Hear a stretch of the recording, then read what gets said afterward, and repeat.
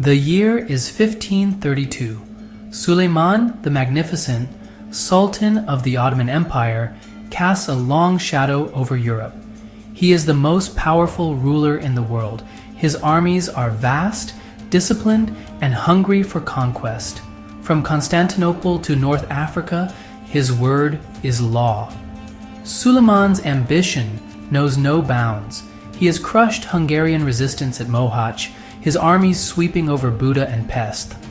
Belgrade has fallen to his janissaries. Now, Suleiman sets his sights on Vienna. The Sultan envisions an empire from the Caspian Sea to the Atlantic. He sees himself as the true emperor of Rome. His court is a whirlwind of diplomats, scholars, and soldiers. But Suleiman is not just a conqueror. He is a poet and a theologian. He was known as Kanuni, the lawgiver, for his legal reforms. But even as he builds mosques and schools, his armies march. The campaign against Vienna will test his will. He will lead his army through hostile territory. The fate of empires hangs in the balance, and standing between Suleiman and his destiny is Guntz. The Ottoman army snakes its way across the Hungarian plain like a vast glittering serpent. 300,000 men strong, it is a force unlike any Europe has ever seen.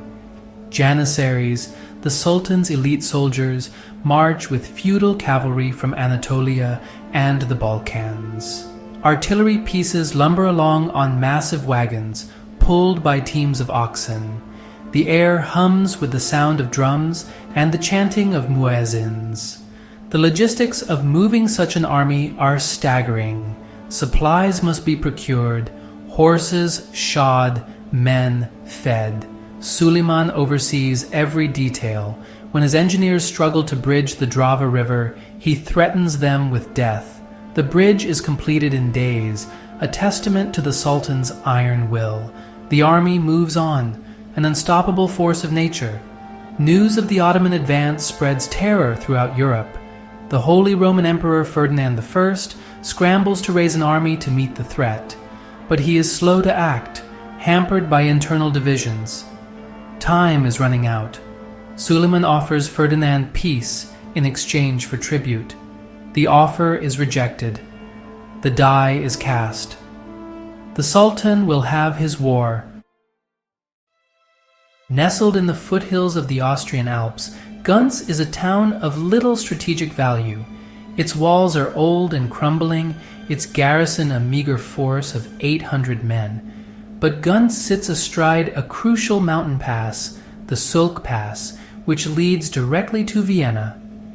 To bypass it would be to risk a flanking attack, to invite disaster.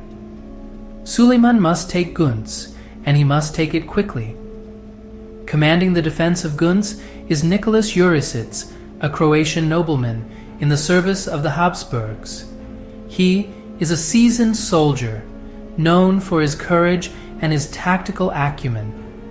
Jurišić understands the importance of his position. He knows that he must hold Guntz, no matter the cost. The fate of Austria, perhaps even of all Christendom, rests on his shoulders. As the Ottoman vanguard, led by the experienced General Ibrahim Pasha, approaches Guntz, they expect an easy victory. They have brushed aside all opposition on their march from Constantinople. But Guntz will be different.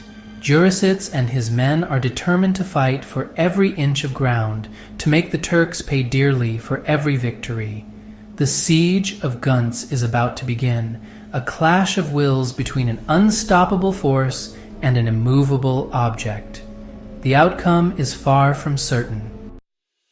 The Ottoman bombardment begins with a roar that shakes the very foundations of Guntz. Cannonballs, some weighing over 1,000 pounds, smash against the town's walls, sending showers of stone and dust into the air.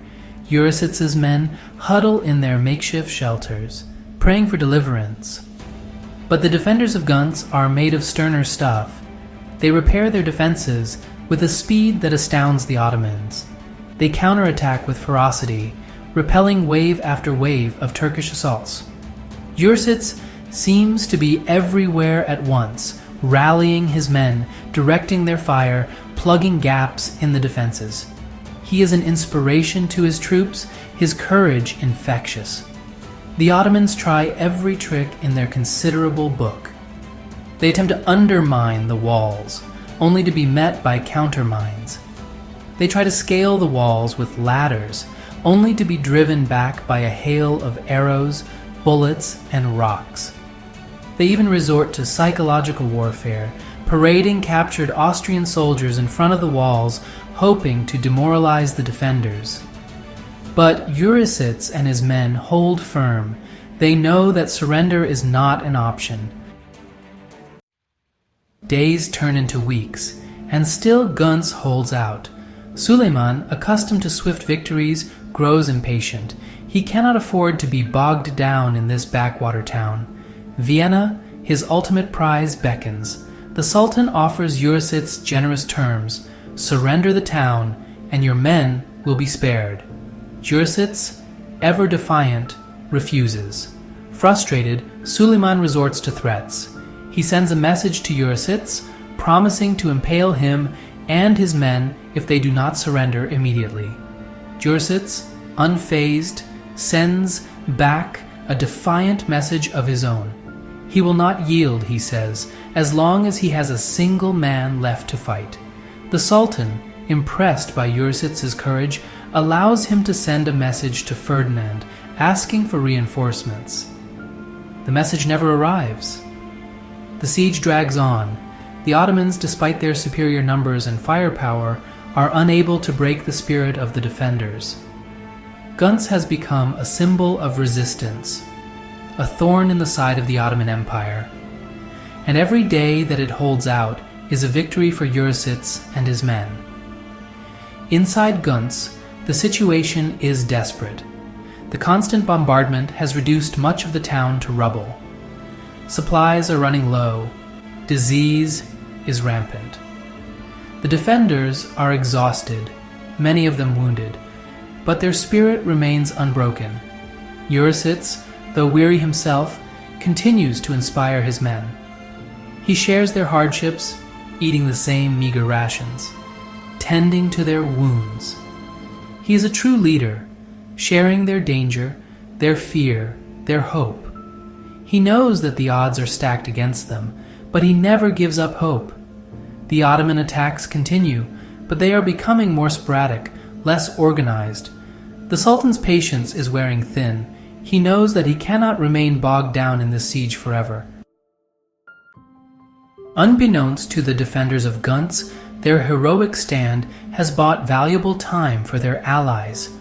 Across Europe, the alarm bells are ringing. The threat posed by Suleiman's invasion has galvanized the Christian powers into action.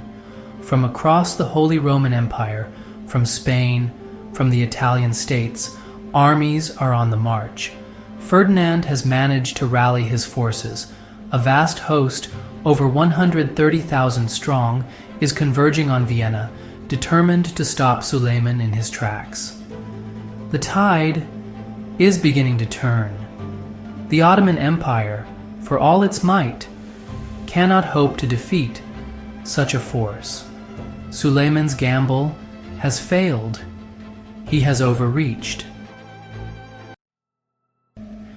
On August 28, 1532, after a month-long siege, the Ottoman army withdraws from Guntz.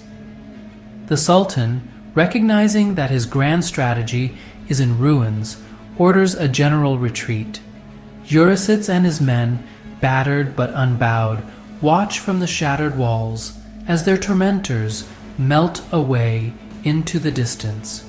The siege of Guntz is over. Against all odds, a small garrison of 800 men has held off the might of the Ottoman Empire.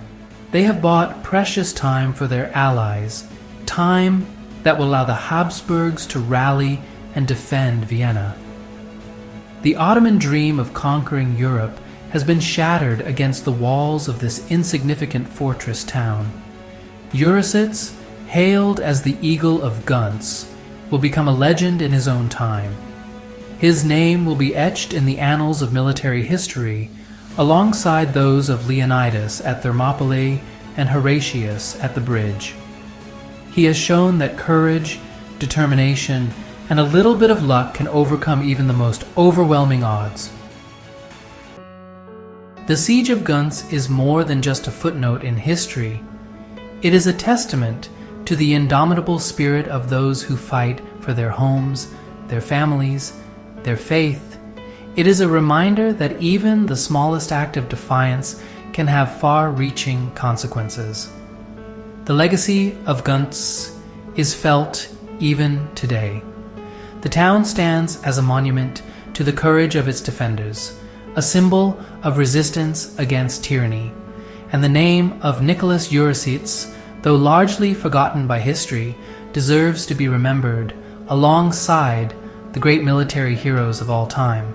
He was a man who, in the face of overwhelming odds, refused to yield, and in doing so, he helped change the course of history. Thank you for watching. If you found this video beneficial, please give it a thumbs up and subscribe to Trot Historia to continue learning from the annals of history.